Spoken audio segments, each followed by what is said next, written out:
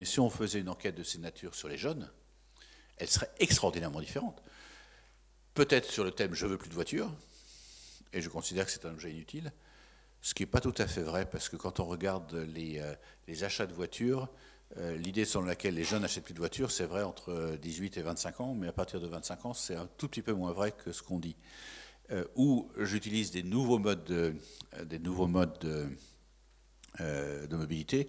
Quand j'ai vu apparaître les trottinettes, je me suis dit que c'était comme les Scooby-Doo, ça allait durer 1 ou 2 saisons, et ça disparaîtrait, mais ça n'a pas l'air de disparaître. Donc on voit qu'il y a un besoin réel pour de nouveaux types de mobilité, mais que les nouveaux types de mobilité ne seront pas les mêmes en centre-ville, pas les mêmes dans les villes moyennes, pas les mêmes dans les zones plutôt rurales par rapport aux zones urbaines, et dans une conurbation comme Paris, et la région parisienne, on a des diagonales qui permettent d'aller de l'extérieur vers l'intérieur et de sortir, mais les latérales n'existent pas vraiment en transport en commun. Donc, et puis les transports en commun sont quand même extraordinairement saturés.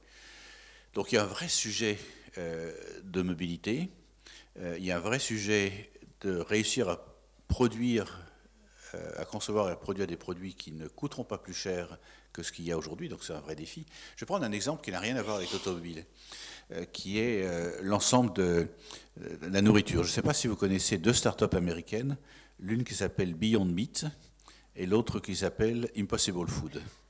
Alors c'est 2 startups qui ont développé des produits qui veulent remplacer de la viande animale, comme la viande, par des produits végétaux.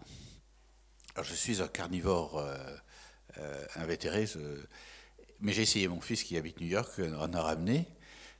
Alors c'est des steaks hachés. Et je raconte l'histoire parce qu'elle est assez symptomatique de ce qui est en train de se passer. D'abord, c'est moins dégueulasse que je pensais. Bon, je ne remplacerai pas ça, un bon steak, par cette viande hachée, mais c'est tout à fait mangeable. Et comme un burger, de toute façon, c'est dégueulasse. Quand on remplace une viande par un truc comme ça, c'est tout à fait acceptable. Mais après, j'ai regardé les prix. Aujourd'hui, quand vous achetez un steak haché dans un carrefour, ça coûte à peu près 8 € le kilo. Quand vous allez dans une très bonne boucherie, ça coûte de l'ordre de 14-15 €. Et quand vous achetez un steak de type Beyond Meat, ça coûte 22 ou 23.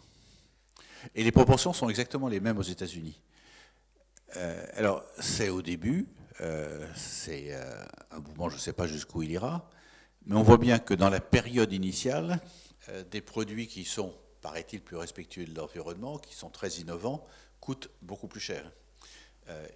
Alors c'est des sociétés qui sont quand même, qui doivent faire 200 millions de chiffre d'affaires et qui sont valorisées les 5 milliards.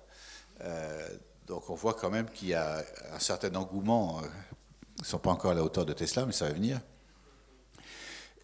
Mais l'enjeu aussi pour ces gens-là, c'est de faire en sorte que les produits coûtent moins cher. Sinon, vous n'allez pas changer un steak haché habituel pour un nouveau produit s'il coûte 3 fois le prix de ce que vous pouvez acheter.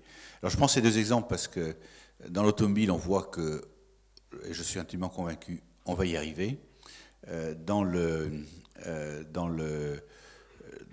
produit alternatif agricole, le bio, etc., c'est pas sûr qu'on y arrive.